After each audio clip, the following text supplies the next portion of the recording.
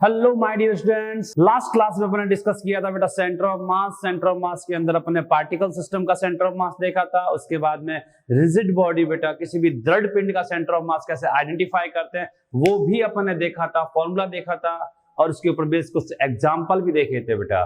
और कुछ एलिमेंट्स जो थे जिनको डायरेक्ट लर्न करना था, याद करना था बेटा, वो भी देखे थे अपने।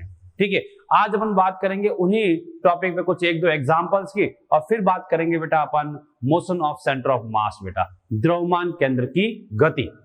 ओके, तो अपना फर्स्ट बेटा एग्जांपल लेते हैं आज का ये। तो माय डियर स्टूडेंट्स, आज का जो सवाल है ये, जिसके अंदर अपन को एक्स एक्सिस वाई एक्सिस के बिटवीन जो है, बीच में जो है 1/4 पार्ट जो दे रखा है वो चक्ति का दे रखा है बेटा। चक्ति का 1/4 पार्ट दे रखा है जिसका मास है m और आपको निकालना है बेटा आरसीएम, द्रव्यमान केंद्र की स्थिति। और उसके साथ साथ में बेटा यहां पर अपन को एक्सीएम और वाईसीएम के बारे में भी पूछ रहा है, तो अपन आरसीएम भी फाइंड करेंगे और उसके बाद एक्सीएम और वाईसीएम भी फाइंड करेंगे बेटा। तो लास्ट क्लास के अंदर अपन ने देखा था बेटा, जब अपने पास किसी चक्ति का एक छोटा सा पार्ट हो, टुकड़ा हो, तो उसके आरसीएम की जो वैल्यू होती है उसके लिए जो फॉर्मूला देखा था बेटा वो अपने पास था क्या, RCM is equal to 2r sin theta upon 3 theta. ये अपने पास फॉर्मूला था। इस फॉर्मूले में अपन थीटा की वैल्यू पुट करेंगे और अपन को आरसीएम मिल जाएगा। तो आरसीएम फाइंड करने से पहले मैं आपको बता दूं बेटा, ये 1/4 पार्ट है। सेंटर ऑफ मास जो होता है वो हमेशा उस एक्सिस पे मिलता है जिस पर पूरा मास डिस्ट्रीब्यूशन जो है सिमेट्रिकली डिस्ट्रीब्यूट होता है बेटा। तो यहां अगर देखा जाए तो इस डिस्क को, इस 1/4 पार्ट को सिमेट्रिकली डिस्ट्रीब्यूट करने वाली जो एक्सिस होगी वो ये होगी, यहां से ये और ये जो यहां से एंगल ड्रॉ करेगी वो करेगी 45 डिग्री बेटा। 45 का मतलब हो गया π/4, π/4। तो यहां पर टोटल एंगल जो है वो आपके पास थीटा और थीटा 2 थीटा, और थीटा की वैल्यू जो आएगी वो कितनी आएगी, π/4। तो यहां पर सेंटर ऑफ मास मिलेगा, लेट कर लिया मैंने, ये सेंटर ऑफ मास की पोजीशन लेट कर ली है। अगर ये सेंटर ऑफ मास है, लेट करता हूं, तो यहां पर ये जो पॉइंट आएगा वो आएगा आपका एक्सीएम और ये जो आएगा ये होगा वाईसीएम। ये तो फर्स्ट ऑफ ऑल अपन निकालेंगे आरसीएम। इस आरसीएम को आइडेंटिफाई करेंगे बेटा। तो आरसीएम के लिए मुझे चाहिए थीटा। थीटा जो होता है वो सिमेट्रिकल एक्सिस का किसी एक सिरे से एंगल होता है, तो वो मिलेगा मुझे π/4 मतलब 45। वैल्यू पुट करूंगा मैं, तो आरसीएम इज इक्वल टू आएगा 2r sin π/4 अपॉन 3 π/4। ये कंडीशन। अब sin π/4 मतलब 45, sin 45 की वैल्यू 1/√2, 4 को ऊपर शिफ्ट कर लूंगा, 4 मल्टीप्लाई 2 sin 45 की वैल्यू आएगी 1/√2 अपॉन 3 पाई। ये इससे कैंसिल होगा और साथ में r भी है, ये इससे कैंसिल होगा और आपको आरसीएम मिल जाएगा क्या, 4√2r अपॉन 3 पाई। ये मिलेगा आपको आरसीएम, ये मिलेगा आपको आरसीएम, ये वैल्यू मिलेगी। कि नहीं सर हमें तो एक्सीएम चाहिए और वाईसीएम चाहिए, एक्सीएम चाहिए और वाईसीएम चाहिए, तो अब आप आरसीएम का कंपोनेंट ले ले बेटा। आरसीएम का क्या कर ले, कंपोनेंट कर ले। ये आ जाएगा आरसीएम कॉस थीटा और ये आ जाएगा आरसीएम साइन थीटा। तो अगर आपको एक्सीएम फाइंड करना है तो एक्सीएम आएगा आपके पास क्या, आरसीएम कॉस थीटा, थीटा की वैल्यू है 45 डिग्री और 45 की वैल्यू होगी बेटा, ध्यान देना, 45 की वैल्यू होगी 1/√2 और आरसीएम की वैल्यू ये है। √2 से √2 कैंसिल हो जाएगा तो आपको फाइनली मिलेगा क्या, 4r अपॉन 3 पाई, 4r अपॉन 3 पाई। वैसे ही आप वाईसीएम भी निकालेंगे तो वाईसीएम भी आएगा आरसीएम sin 45 1/√2, √2 से √2 कैंसिल हो जाएगा तो ये भी मिलेगा 4r अपॉन 3 पाई। ये तो अगर निर्देशांक की बात करें तो निर्देशांक जो मिलेगा अपन को वो मिल जाएगा क्या, 4r अपॉन 3 पाई, 4r अपॉन 3 पाई। ये तो अपन को आरसीएम भी मिल गया और एक्सीएम और वाईसीएम भी मिल गया। क्लियर। तो ये है आपके पास किसी भी डिस्क के 1/4 के सेंटर ऑफ मास की कंडीशन बेटा। अब कई बार क्या होता है कि आपको 1/4 ना देके हाफ पार्ट दे दे, 1/4 ना देके हाफ पार्ट दे दे, तो उसके लिए वैल्यू क्या होगी। क्या सर उसके लिए तो आपने याद करवा दिया, लास्ट क्लास में ये आपने लिखवाया था सर, एकदम एग्जैक्ट डाटा लिखवाया था, क्या लिखवाया था 4r/3π, 4r/3π कि क्या बात करें, उसके लिए भी यही वैल्यू थी। हाँ यही वैल्यू थी बेटा। कि कैसे समझना, इधर अगर हाफ डिस्क होती ये, तो ध्यान देना, अगर इसका मास में m लेट कर लूं, इसका मास भी m लेट कर लूं, टोटल मास 2m लेट कर लूं, तो इस पोर्शन का जो 1/4 का जो सेंटर ऑफ मास आएगा वो यहां आएगा, यहां, जिसमें अपन ने ये देखा कि ये वैल्यू जो है वो क्या है 4r/3π, और ये वैल्यू भी जो है क्या है 4r/3π। ऐसे ही इसका जो सेंटर ऑफ मास आता है वो भी यहां आएगा, जिसके लिए ये वैल्यू भी आएगी 4r/3π, और ये वैल्यू भी आएगी 4r/3π। तो नो डाउट अगर देखा जाए, बेस से देखा जाए, इस बेस से देखा जाए, तो ये m मास, ये m मास, तो इस पूरे का मास जो आएगा सेंटर ऑफ मास वो यहाँ बीच में आएगा, दोनों मास सेम है, तो सेंटर ऑफ मास मिड में आएगा, ये मिड में आएगा, ये m और m का क्या हो जाएगा 2m हो जाएगा, m और m का क्या हो जाएगा 2m। अब ये वैल्यू XCM में तो क्या हो गया 0 हो गया, पर YCM वैल्यू बेटा यहाँ पर भी 4r/3π है, यहाँ पर भी 4r/3π है, तो ये भी वही रहने वाली है बेटा, तो ये हो जाएगी 4r/3π। आया समझ में? तो यहां पर चाहे हाफ डिस्क की बात करता हूं तो हाफ डिस्क का सेंटर ऑफ मास वही होता है जो 1/4 का सेंटर ऑफ मास होता है, वर्टिकल जो कंपोनेंट होगा या जो YCM की वैल्यू होगी वो वही रहेगी बेटा, वो वही रहेगी। क्लियर? चले आगे। तो सिमिलरिटी में कुछ पॉइंट्स याद रखोगे तो क्वेश्चन जो होगा वो आप सिंपल वे से कर पाओगे, या ऑप्शन देखकर भी आप आइडिया लगा सकते हो कि इसका आंसर क्या होगा बेटा। चलें आगे। देन नेक्स्ट,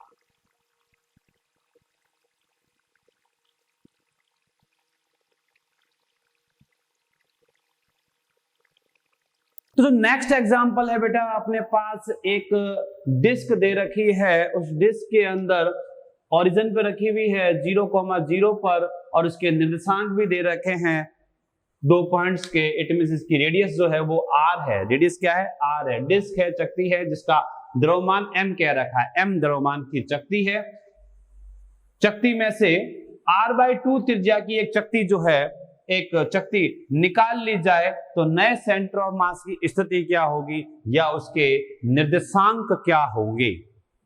कंडीशन क्या है समझना बेटा, ये डिस्क थी m मास की, इसमें से क्या किया गया, इस r/2 रेडियस की, टोटल r है बेटा, तो ये r/2 रेडियस की चकती जो है यहां से रिमूव कर दी गई। तो उस केस में पूछ रहा है कि नए सेंटर ऑफ मास की स्थिति क्या होगी, उसके निर्देशांक पूछे गए। तो बेटा यहां समझना पहले तो कि पहले अगर अपने पास ऑप्शन होते हैं तो अपना लॉजिक क्या कहता है कि सेंटर ऑफ मास किस साइड में मिलेगा, किधर मिलेगा, उसके बाद में सॉल्यूशन की बात करेंगे बेटा। तो इस पूरे को देखा जाए कि अगर चकती कंप्लीट होती है तो उस केस में सेंटर ऑफ मास जो होता है वो ओरिजिन पे मिलेगा, उसके निर्देशांक होंगे 0,0। क्या ठीक है सर, मान लिया। अब आपने क्या किया कि हमने तो केवल और केवल इस r/2 रेडियस की डिस्क को हटा दिया।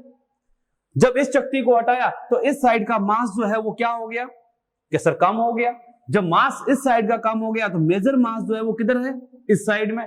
तो आपका जो सेंटर ऑफ मास अब जो मिलेगा, रिमेनिंग डिस्क का जो सेंटर ऑफ मास मिलेगा वो एक्स एक्सिस पे और इस साइड में मिलेगा, एक्स एक्सिस पे और उस साइड में मिलेगा। क्या सर कि ठीक है सर, तो इस पॉइंट पे कहीं आएगा तो वो आप फाइंड करो।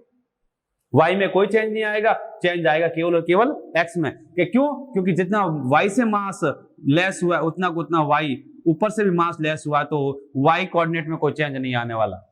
कि सर x में आएगा, हाँ x में आएगा, x निकालेंगे। सर कैसे निकालेंगे? तो देखें बेटा कैसे करेंगे। तो अपन क्या करते हैं, इस पूरे डायग्राम को पॉइंट डायग्राम में कन्वर्ट करेंगे। किस में कन्वर्ट करेंगे? पॉइंट डायग्राम में। कि ठीक है सर कर लो। ये पहले सेंटर ऑफ मास कहां था कि सर यहां था। कब था? जब ये पूरी डिस्क थी। कि हाँ सर पूरी डिस्क थी तब सेंटर ऑफ मास यहां था, निर्देशांक 0,0 थे। ठीक है, अब इसका सेंटर ऑफ मास कहां चला गया कि सर यहां चला गया, कहीं यहां। इस बॉडी का जो सेंटर ऑफ मास है, जो रिमेनिंग डिस्क रह गई, उसका मैं मास मान लेता हूं बेटा, लेट कर लेता हूं m1। क्या लेट कर लेता हूं? m1, जिसकी पोजीशन मुझे ज्ञात करनी है। ये इस रिमेनिंग का, इसको हटा दिया जाए तो ये जो रिमेनिंग डिस्क है ये वाली, इसका जो सेंटर ऑफ मास होगा वो यहां होगा, जिसकी मुझे वैल्यू निकालनी है। और मैं मान लेता हूं ये x पर, x डिस्टेंस पे पहुंच गया। और ये जो डिस्क है ये r/2 रेडियस की, तो इसका सेंटर ऑफ मास सेंटर में मिलेगा, तो ये यहां मिलेगा। इसको मैंने m2 कह दिया, और ये जो डिस्टेंस होगी वो r/2 होगी, r/2 होगी।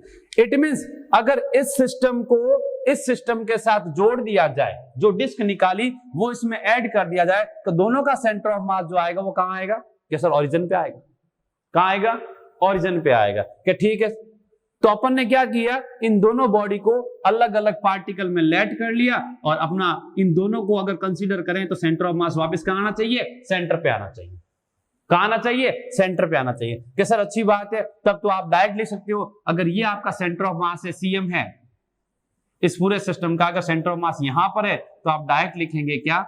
m1x is equal to m2r/2। ये क्या सर इतना सिंपल? हाँ इतना सिंपल। बट इसमें तुम लोगों को m1 और m2 आइडेंटिफाई करना पड़ेगा कि m1 क्या है, m1 क्या है। तो बेटा m1 जो है, m1 इस चक्ति को r/2 रेडियस की चक्ति को निकालने के बाद में जो द्रव्यमान रह गया वो है बेटा। और m2 क्या है? m2 इसका द्रव्यमान है बेटा, इसका। तो सर कैसे करें? तो पहले m2 देखते हैं कि m2 का मान कितना होता है। तो m2 का मान निकालने के लिए मैं क्या करता हूं, एकांक क्षेत्रफल का मास देख लूं। ठीक है सर, तो टोटल मास था क्या? m, टोटल क्षेत्रफल कितना है? πr²। तो एकांक क्षेत्रफल का मास आया m/πr²। तो अपने पास इसका जो एरिया है, इसका जो एरिया है वो क्या है? वो है अपने पास πr/2 का स्क्वायर, क्योंकि रेडियस क्या हो गई? r/2 हो गई बेटा। क्या ठीक है सर? पाई से पाई कैंसिल होगा, r² से r² कैंसिल होगा, 2 का स्क्वायर 4 होगा, तो m2 की वैल्यू आएगी आपके पास m/4।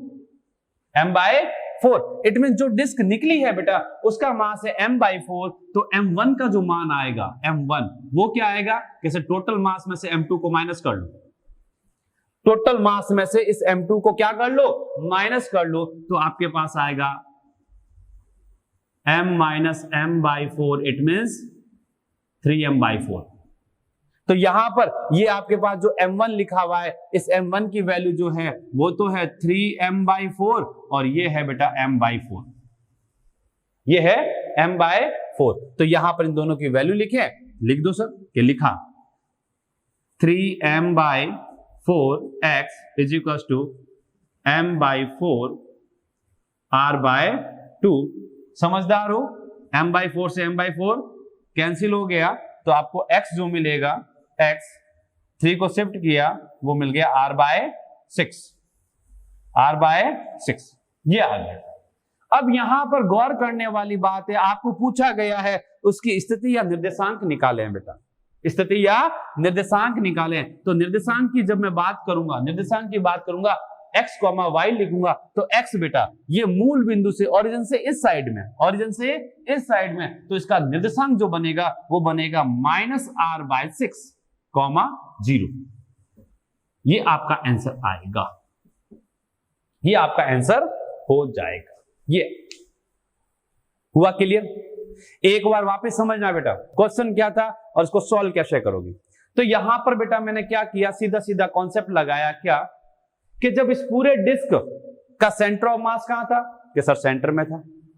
ठीक है, अब इस डिस्क को हटा दिया, यहां से r/2 त्रिज्या की डिस्क को हटा दिया, कि हटा दिया, तो सेंटर ऑफ मास कहां शिफ्ट हो गया? कि अधिक द्रव्यमान की तरफ। किधर है? उधर है, जो अब मुझे निकालना है, जो अब मुझे निकालना है। क्या ठीक है? तो मैंने मान लिया कि ये जो रिमेनिंग डिस्क है इसका द्रव्यमान m1 है, तो मैंने m1 मान लिया। कितनी दूरी पे मान लिया? x दूरी पे मान लिया, और यही इसका सेंटर ऑफ मास होगा। क्या ठीक है सर? ये मुझे ज्ञात करना है। पर अगर इसका जो मास है, ये जो मैंने डिस्क को निकाला है, अगर इसको मैं वापस यहीं सेट कर देता हूं, तो सेंटर ऑफ मास वापस कहां आना चाहिए? सेंटर पे आना चाहिए, मतलब ओरिजिन पे आना चाहिए। तो मैंने इस मास को वापस इसके सेंटर ऑफ मास पे लेट कर लिया, यहां पर लेट कर लिया, r/2 पे लेट कर लिया, तो r/2 पे लेट कर लिया। तो यहां पर इस सेंटर ऑफ मास के रेस्पेक्ट में इसका आघूर्ण और इसका आघूर्ण बराबर होगा, तो मैंने बराबर कर दिया। अब बराबर किया, m1 और m2 की रिक्वायरमेंट आई कि m1 का मान क्या होगा, m2 का मान क्या होगा। तो मैंने सिंपल से m2 का मान निकाला। क्या? एकांक क्षेत्रफल का द्रव्यमान m/4πr²। इस रेडियस का या इस डिस्क का क्षेत्रफल क्या है, इस क्षेत्रफल से गुणा कर लिया तो मुझे मिला m/4। तो इस डिस्क का m/4 है, मतलब m2 का मान m/4 है, तो रिमेनिंग क्या होगा, तो रिमेनिंग टोटल मास में से m/4 माइनस कर दो। m में से m/4 माइनस किया तो रिमेनिंग रह गया 3m/4। तो मैंने इस पॉइंट पे जो मास लेट किया वो 3m/4, तो 3m/4 पुट किया, x की वैल्यू निकाली, r/6 आ गया बेटा। तो सेंटर ऑफ मास जो होगा उधर शिफ्ट होगा, कितना होगा, वो ये निर्देशांक आपके पास में। क्लियर। अब यही चीज बेटा ध्यान रखना, अगर आपको ये क्वेश्चन जो है इस फॉर्म में दे दिया जाता,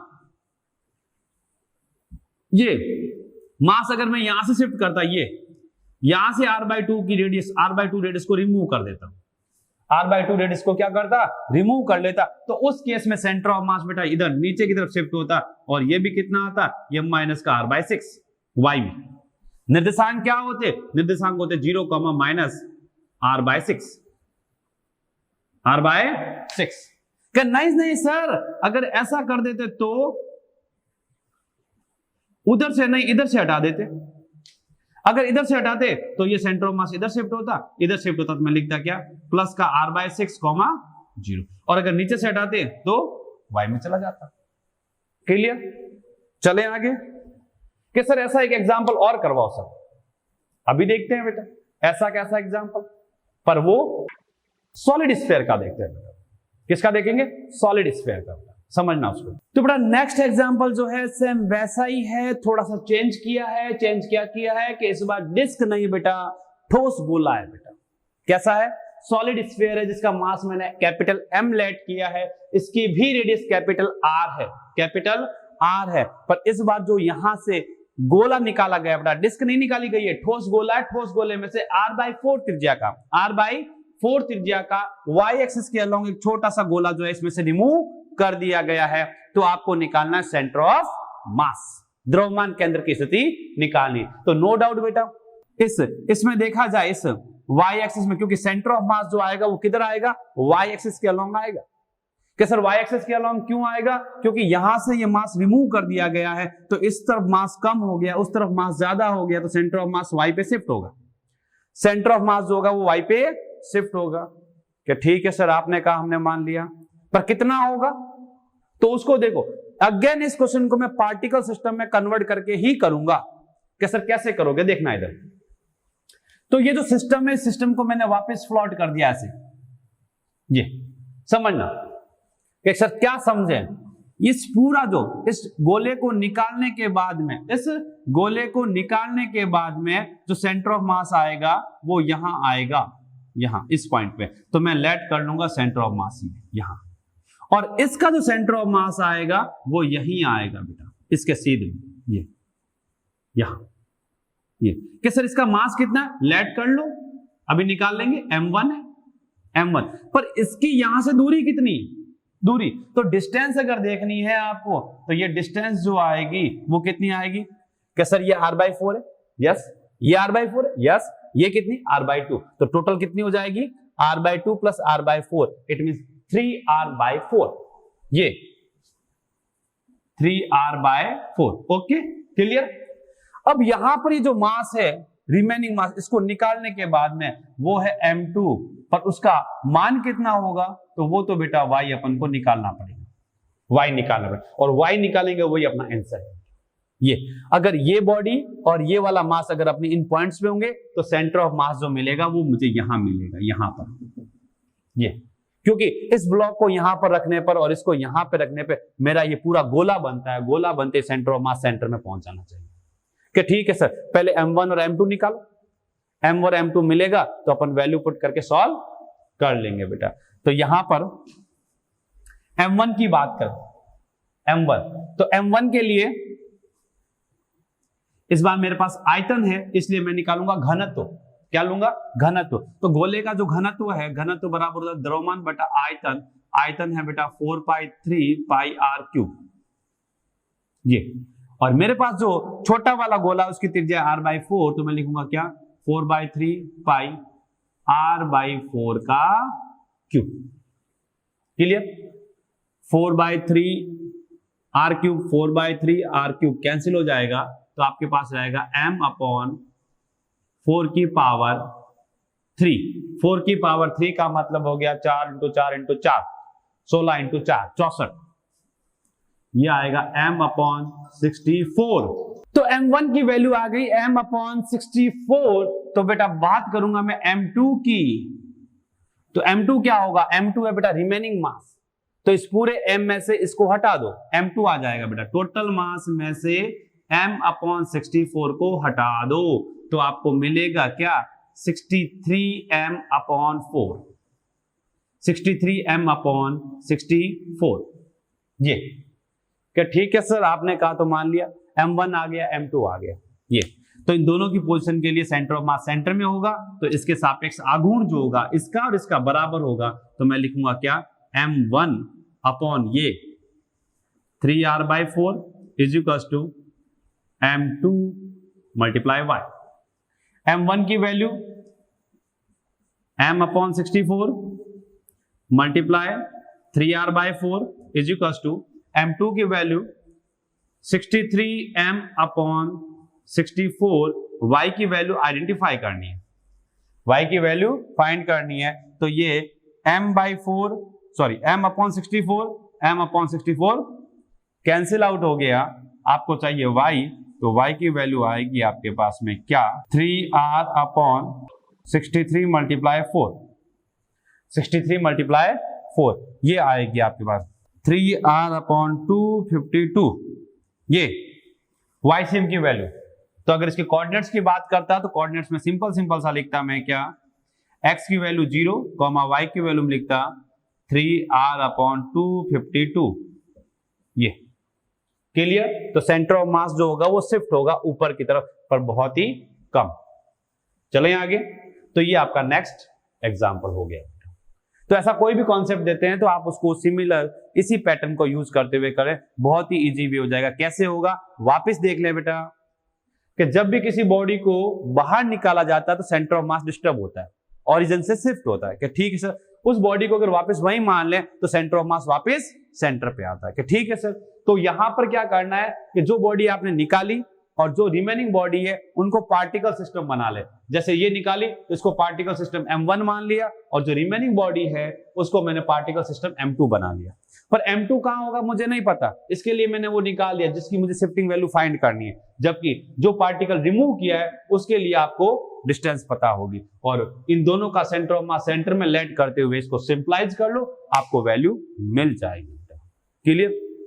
देन नेक्स्ट बेटा अपना टॉपिक। तो नेक्स्ट जो अपन पॉइंट ले रहे हैं बेटा, द्रव्यमान केंद्र की गति के बारे में बात कर रहे हैं कि अगर कोई बॉडी मूव करती है, गति करती है, तो सेंटर ऑफ मास द्रव्यमान केंद्र की गति कैसे होती है, क्या होती है, क्या क्या कंडीशंस बनती है, वो सब कुछ डिस्कस करेंगे बेटा। तो नेक्स्ट अपना, तो यहां सेंटर ऑफ मास की जो अपन ने पोजीशन वेक्टर लिख रखी है, आरसीएम जो लिख रखा है, वो अपन लिखते हैं क्या? समेशन।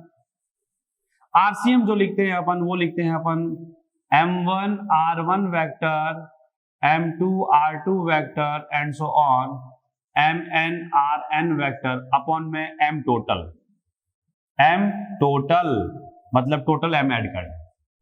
ये तो आरसीएम आ गया। अगर आपको सेंटर ऑफ मास की वेलोसिटी फाइंड करनी है, सीएम वीसीएम निकालना है, सेंटर ऑफ मास का वेग निकालना है बेटा, तो आप इस आरसीएम का अवकलन कर लें बेटा। क्या कर लें? अवकलन। तो वीसीएम जो आएगा वो कब आएगा? जब आप क्या करेंगे?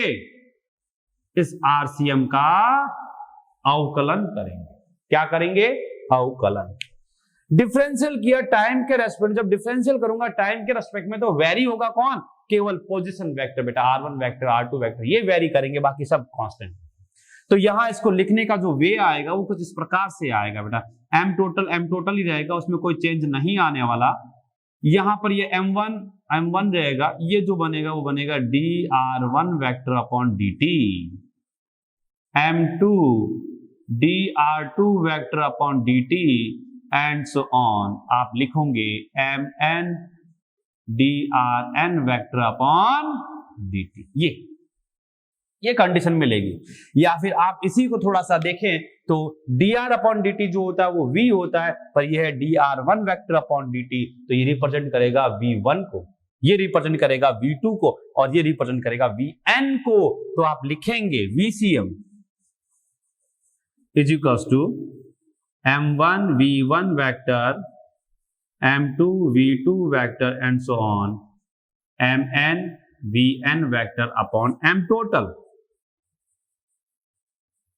या समेशन की फॉर्म में लिखे तो आप ऐसे लिख सकते हो summation mi vi vector i is vary 1 to n और ये आ जाएगा m टोटल। ये क्लियर? ये आया बेटा VCM का मान। क्या सर ACM भी निकाल लो? ACM मतलब एक्सीलरेशन, त्वरण। तो त्वरण कैसे आता है? क्या सर वेग का अवकलन, वेग का अवकलन, तो वो भी कर सकते हो, क्या कर लो। तो ACM की जब बात करूंगा तो वो होगा आपके पास d upon dt VCM vector. अब यहां पर बेटा समझदार बच्चे हो आप लोग तो समझ सकते हो, जब मैं इस VCM का अवकलन करूंगा तो अवकलन करने पर m कांस्टेंट बाहर आ जाएगा, dv अपॉन dt a बनेगा। तो इसको मैं डायरेक्ट लिखूंगा अगर तो मैं इस प्रकार से लिखूंगा बेटा, नीचे तो m टोटल और ऊपर आएगा आपके पास, डायरेक्ट लिख दो m1 a1 vector m2 a2 vector and so on mn an vector. ये समेशन फॉर्म में लिखेंगे तो आप लिखेंगे क्या, i is vary 1 to n mi ai vector upon m total. ये सिचुएशन रहेगी आपके पास ACM की। कि सर अगर सेंटर ऑफ मास और फोर्स की बात करनी हो तो कि सेंटर ऑफ मास पे टोटल फोर्स क्या लग रहा है बेटा, तो अगर सेंटर ऑफ मास पे टोटल फोर्स की बात करनी है तो आप इस m टोटल को उधर ले जाओ तो वो टोटल फोर्स आ जाएगा, एक्सटर्नल फोर्स आ जाएगा बेटा। क्या आ जाएगा? एक्सटर्नल फोर्स आ जाएगा बेटा। तो ध्यान देना इधर, अगर F एक्सटर्नल की बात कर रहे हो, ठीक है, तो वो आपको मिल जाएगा क्या, m total multiply ACM vector, या फिर आप उसको लिख सकते हो क्या, m1 समेशन की फॉर्म में लिख देता हूं बेटा, mi ai vector i is vary 1 to n। ये क्लियर? कैसा? अगर सेंटर ऑफ मास का अगर मोमेंटम की बात करें, किसकी बात करें? मोमेंटम मतलब संवेग की बात करें, मतलब PCM की बात करें बेटा, ये PCM वेक्टर, तो PCM वेक्टर क्या होगा, वही m total multiply VCM vector. ये या फिर आप इसी को ऐसे लिख सकते हो क्या, m1 v1 vector m2 v2 vector and so on mn vn vector. ये सभी पार्टिकल के संवेग का सदिश योग जो होगा वो द्रव्यमान केंद्र के संवेग के तुल्य होगा। क्लियर? तो यहां ध्यान देना कि अगर मैं कोई भी सिस्टम लेता हूं, कोई पार्टिकल सिस्टम या फिर कोई बॉडी लेता हूं, तो उसके सेंटर ऑफ मास की जो गति होती है बेटा, वो गति जो होती है वो द्रव्यमान केंद्र के स्थिति सदिश में परिवर्तन की दर, स्थिति सदिश में परिवर्तन की दर जो होगी वो उसका वेग होगा बेटा, VCM होगा। अगर उसके वेग में परिवर्तन होता है तो वेग में परिवर्तन की दर उसका त्वरण होगा बेटा, उसका त्वरण होगा बेटा। ये और संवेग निकालना तो कुल द्रव्यमान इंटू VCM कर लो बेटा, तो आपको सिस्टम का मतलब सेंटर ऑफ मास का संवेग मिल जाएगा। ठीक है? तो क्या सर इसका मतलब ये हो गया कि किसी भी पार्टिकल सिस्टम के अंदर मोमेंटम है तो उसके द्रव्यमान केंद्र के पास भी संवेग होगा, द्रव्यमान केंद्र के पास भी संवेग होगा। तो बेटा वो हो भी सकता है और नहीं भी। कि सर कैसे? तो ध्यान देना बेटा, मैं कुछ बातें बता रहा हूं। जैसे मैंने आपको कह दिया कि किसी सिस्टम के अंदर एक्सटर्नल फोर्स F एक्सटर्नल 0 है, F एक्सटर्नल 0 है बेटा, ध्यान से सुनना, ये F एक्सटर्नल 0 है। अब F एक्सटर्नल 0 है, इसका मतलब क्या हुआ?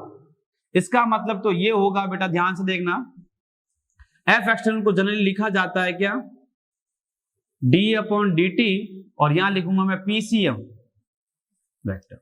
ये क्या कह रहा हूं, इसका क्या कह रहे हो कि ये 0 है।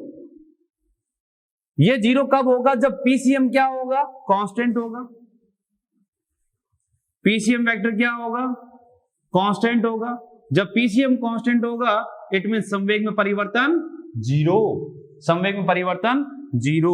तो यहां कहने का मतलब यह है कि बेटा अगर किसी पार्टिकल सिस्टम के अंदर या किसी बॉडी पर एक्सटर्नल फोर्स की वैल्यू जीरो होती है तो उसके द्रव्यमान के अंदर का संवेग जो होता है वो नियत होता है। द्रव्यमान के अंदर का संवेग नियत होगा, उसका द्रव्यमान के अंदर का त्वरण जीरो होगा बेटा, द्रव्यमान के अंदर का त्वरण जीरो होगा क्योंकि बाह्य बल या द्रव्यमान के अंदर पे लगने वाला बल कितना होगा, जीरो होगा। अब ये संवेग कांस्टेंट भी हो सकता है और जीरो भी हो सकता है, कांस्टेंट भी हो सकता है और जीरो भी हो सकता है। ये तो यहां पर एक सीधी सीधी बात क्लियर हो गई कि एक्सटर्नल फोर्स के बिना सेंटर ऑफ मास में कभी भी परिवर्तन नहीं आएगा। बाह्य बल के बिना सेंटर ऑफ मास में कभी भी परिवर्तन नहीं आएगा। टिप एंड टॉप बेटा, इसको दिमाग में सेट कर लो बेटा कि सर कैसे परिवर्तन कैसे नहीं आएगा। तो अभी कुछ एग्जाम्पल बताता हूं बेटा, उनको देखना समझने की कोशिश करना बेटा। सबसे सिंपल सा मैं एग्जाम्पल लेना चाह रहा हूं आपके सामने। जैसे ये कोई एक फर्श है, फर्श फ्रिक्शनलेस है बेटा, इसका फ्रिक्शन कोएफिशिएंट जीरो है और इसके ऊपर कोई डिस्क पड़ी है या कोई पट्टा पड़ा है बेटा, ठीक है। और यहां पर कोई एनी वन पर्सन बेटा ये खड़ा है। तो इस पूरे सिस्टम का सेंटर ऑफ मास किसी पॉइंट पर होगा कि हाँ सर होगा, इसका तो बेटा सेंटर ऑफ मास सेंटर में होगा, पर ये मोटा आदमी बेटा यहां खड़ा है तो सेंटर ऑफ मास पूरे सिस्टम का कहीं यहां होगा, तो सेंटर ऑफ मास यहां होगा इस सिस्टम का। इसका प्लस इसका दोनों का मिला के पूरे सिस्टम का सेंटर ऑफ मास यहां होगा। अगर गलती से बेटा ये भागना शुरू कर दे, उधर चलना शुरू कर दे उधर, और जाके उस कोने में खड़ा हो जाए, तो बेटा ये मोटा आदमी अगर यहां से दौड़कर उधर चला जाए या पैदल चलता चलता उधर चला जाए तो क्या होगा। तो बेटा इस पट्टे में और इसके बीच कोई भी बाहरी बल नहीं है बेटा, कोई भी बाहरी बल नहीं है। जब बाहरी बल नहीं तो सेंटर ऑफ मास यही रहना चाहिए। अब सेंटर ऑफ मास यहां तब रहेगा जब आगे चले तो ये जो पट्टा है डेस्क है वो किधर जाए, पीछे शिफ्ट हो। कि क्या बात करे होता है बेटा, तो ये डेस्क पीछे की तरफ शिफ्ट होगी ये, और ये डेस्क कुछ इस प्रकार से आ जाएगी। सेंटर ऑफ मास अभी भी वहीं रहेगा और मोटा यहां पहुंच जाएगा बेटा, ये मोटा यहां पहुंच जाएगा। कैसा शक्ल चेंज हो गई, शक्ल पे ना जाओ बेटा, क्वेश्चन पे जाओ, कॉन्सेप्ट पे जाओ। ये सेंटर ऑफ मास वहां का वहां रहेगा, ये शिफ्ट हो जाएगा। इस पूरी शिफ्टिंग में प्रोसेस में छोटी छोटी बातें बता रहा हूं, ध्यान रखना। माना कि ये शिफ्टिंग के अंदर ये जो डेस्क है वो एक्स शिफ्ट हुई है, कितने शिफ्ट हुई है, एक्स शिफ्ट हुई है। तो ध्यान रखना अगर इसकी यहां से यहां तक की डिस्टेंस डी है तो इस पर्सन का जो मोशन हुआ है, इस पर्सन का मोशन जो हुआ वो डी नहीं हुआ है, तो कितना हुआ कि सर वो यहां से यहां आया, तो बेटा इस पर्सन का जो मोशन हुआ है वो ओनली कितना हुआ होगा कि सर डी में से एक्स तो इधर आ गया, तो इसका मोशन हुआ है बेटा डी माइनस एक्स। यहां देख लो, यहां से यहां आया ना, तो ये होगा डी माइनस एक्स, ये इतना ही मोशन हुआ होगा। तो छोटी छोटी बातें पर ध्यान रखना। तो सेंटर ऑफ मास वही रहता है, सेंटर ऑफ मास वही रहता है। ऐसे ही बेटा जैसे मैं कोई एक पानी में या फिर नदी में कोई नाव हो, ये इस नाव में भी ऐसे एक मोटू राम और एक पतलू राम यहां बैठे हो, तो no doubt centre of mass जो होगा वो लाई करेगा इन दोनों के बीच में, कहां, मोटू राम की तरफ। किधर लाई करेगा, मोटू राम की तरफ करेगा। पर जैसे ही इनकी हरकतें हैं बेटा कि मोटू राम कह रहा मुझे पीछे देखना, ये कह रहा नहीं मुझे पीछे देखना, तो कि दोनों अपनी पोजीशन चेंज कर लो, ये इधर आ जाए और ये इधर आ जाए, तो क्या होगा। तो पानी के ऊपर है बेटा नाव, तो वहां पर भी किसी प्रकार का फ्रिक्शन नहीं है, एक्सटर्नल फोर्स नहीं है बेटा, तो वहां पर भी सेंटर ऑफ मास वही रहेगा। इट मींस यहां देखा जाए तो सेंटर ऑफ मास वापिस यहीं रहेगा। यहां तब रहेगा जब ये नाव जो है, जैसे ये आगे शिफ्ट हो, नाव पीछे की तरफ आए और ये कुछ इस प्रकार से पहुंच जाए बेटा, ऐसे ये मोटू राम और ये पतलू, ये सेंटर ऑफ मास वहीं रहेगा। तो यहां पर भी शिफ्टिंग होगी किसकी, नाव की बेटा, एक्स डिस्प्लेस होती है पीछे की तरफ बेटा। तो पूछा जाता है क्या, यही बात है। क्लियर? चले आगे। यहां पर कुछ छोटी छोटी बातें और मैं बता दूं, जैसे कभी भी कोई ब्लास्ट होता है, जैसे आपने किसी बॉम्ब को प्रोजेक्ट किया बेटा, थ्रो किया, ये आपने यू स्पीड से किसी बॉम्ब को प्रोजेक्ट किया, उसका ट्रेजेक्टरी जो था, प्रक्षेपीय पथ जो था वो ये था। सोच लो, एम मास की बॉडी थी, बॉम्ब था, और इसे मैंने प्रोजेक्ट किया और रास्ते में जाते बेटा जैसे यहां पहुंचा और उसका ब्लास्ट हो गया। क्या हो गया? ब्लास्ट हो गया। तो बेटा नो डाउट ये जो होगा, एक टुकड़ा यहां हो गया, एक टुकड़ा ये हो गया, और इसका पाथ सपोज ऐसे हो गया, एक यहां चला गया और एक यहां चला गया। तो बेटा ध्यान रखना क्या, कि इन दोनों का जो सेंटर ऑफ मास होगा बेटा वो अभी भी इसी पथ पर होगा। सेंटर ऑफ मास बेटा इसी पथ पे मोशन करेगा, सेंटर ऑफ मास का पथ चेंज नहीं होगा। इन दोनों बॉडी का जो है वो पथ चेंज हो गया, पर सेंटर ऑफ मास जिस पथ पे आ रहा था वो उसी पथ पे जाएगा, क्योंकि किसी प्रकार का कोई एक्सटर्नल फोर्स नहीं है बेटा यहां पर। तो ये चीज भी आप ध्यान में रखें बेटा। या फिर सिंपल सी बात, कोई बॉम्ब पड़ा है, सेंटर ऑफ मास इसका यहीं पर है, और अचानक से क्या हुआ? ब्लास्ट हुआ। ब्लास्ट होने के बाद में कुछ उधर गया, पर रिजल्टेंट उन सभी पार्टिकल का सेंटर ऑफ मास अभी भी वही होगा बेटा, वही होगा, सेंटर ऑफ मास में चेंज नहीं आएगा। क्लियर? चले आगे। देन नेक्स्ट जो एग्जांपल लिया उसमें मैंने दो पार्टिकल सिस्टम दे रखे हैं, दो बॉडी दे रखी है, एक 1 kg की और दूसरी जो है वो 1/2 kg की है बेटा। 1 kg का जो मास है उसकी वेलोसिटी दे रखी है 2 मीटर पर सेकेंड, और दूसरे वाले की दे रखी है बेटा 6 मीटर पर सेकेंड, और दोनों ही जो है वो एक ही डायरेक्शन में मूव कर रहे हैं। तो आपसे पूछा गया बेटा सेंटर ऑफ मास की स्पीड क्या होगी, वेलोसिटी क्या होगी बेटा। तो इस सिचुएशन के लिए जो अपन ने फॉर्मूला लिखा था VCM का, तो VCM के लिए अपन ने लिखा था VCM vector is equals to m1v1 plus m2v2, दो पार्टिकल इसलिए दो ही लिख रहा हूं, प्लस अपॉन में m1 प्लस m2। ये दोनों x एक्स में आप चाहो तो डायरेक्शन लेते हुए चले या फिर मैग्नीट्यूड भी निकाले तो भी कोई दिक्कत नहीं है। तो मैं इसको सॉल्व करूं, m1 की वैल्यू दे रखी है 1 और इसकी वैल्यू दे रखी है 2, आई कैप है, पर दोनों x एक्स में तो मुझे रिजल्ट भी x एक्स में मिलेगा, मैं डायरेक्ट लिख दूंगा। और यहां पर देखा जाए तो m की वैल्यू है 0.5 और v है 6, अपॉन टोटल मास की बात करते तो 1 प्लस 0.5 सिंप्लाइज करोगे तो ये तो हो गया 2 और ये हो गया आपके पास क्या 3, तो ये हो गया 5 और ये हो गया 1.5 मतलब 3/2, it means 5, 10/3, it means 3.33 metre per second. ये तो सेंटर ऑफ मास की जो स्पीड होगी वो होती है 3.33 मीटर पर सेकेंड, ये आएगा बेटा। ये क्लियर? आंसर आपके सामने। क्या सर अगर दोनों में से एक ही डायरेक्शन ऑपोजिट होती तो अगर एक ही डायरेक्शन ऑपोजिट होती तो मुझे माइनस लेना पड़ता, ठीक है। और फिर रिजल्ट भी उसी के अकॉर्डिंग आता है कि सेंटर ऑफ मास किधर मूव कर रहा है, इधर कर रहा है या इधर कर रहा है। अगर पॉजिटिव में आता तो इधर मान लेता, नेगेटिव में आ रहा है तो इधर मान लेता, क्योंकि मैंने इसको नेगेटिव मान के चलता, ठीक है। तो ऐसा ही एग्जांपल एक एक्सेलरेशन के लिए भी देखते हैं। अब यहाँ इस एग्जांपल में देखना बेटा, आपको दे रखा है एक 2 kg का और एक दे रखा है 4 kg का। बेटा 2 किलो और 4 किलो का है, दो पिंड दे रखे हैं।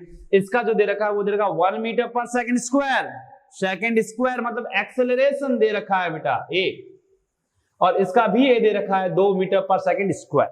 पर इस बार देखा जाए तो दोनों बॉडी का एक्सेलरेशन जो है वो एक दूसरे की और है बेटा, ऑपोजिट डायरेक्शन में है बेटा।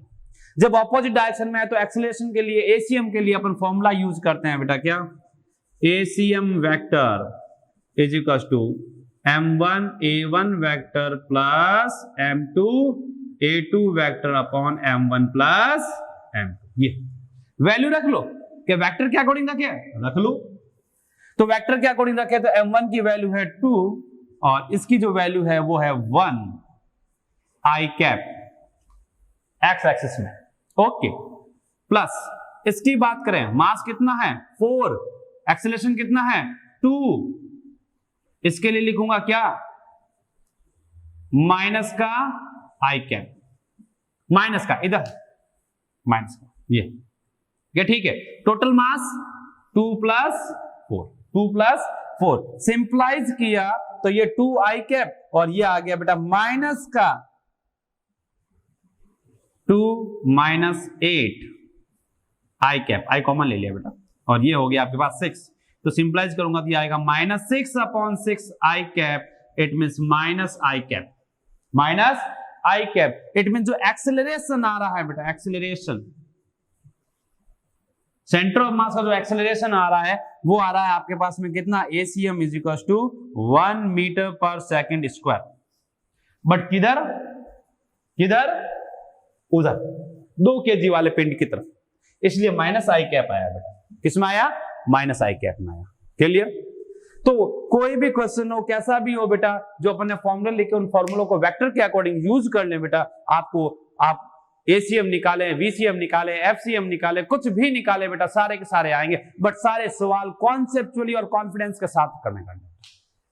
कॉन्सेप्ट एकदम करेक्ट लगाना है और कॉन्फिडेंस के साथ में करना है कि मैंने जो कॉन्सेप्ट लगाया वो एकदम करेक्ट है बेटा, तो आपका आंसर भी जो होगा वो एकदम करेक्ट आएगा। कॉन्सेप्ट क्लियर रखे बेटा, फिजिक्स का एक ही फंडा है, अगर आपने कॉन्सेप्ट क्लियर रखा तो फिजिक्स सबसे बेटा इजी सब्जेक्ट बनेगा।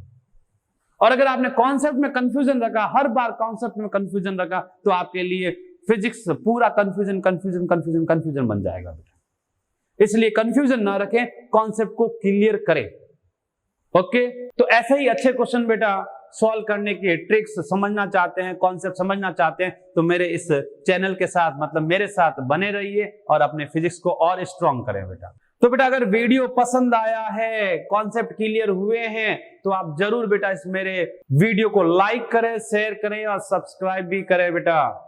तो मिलते हैं बेटा नेक्स्ट क्लास में बेटा। ओके।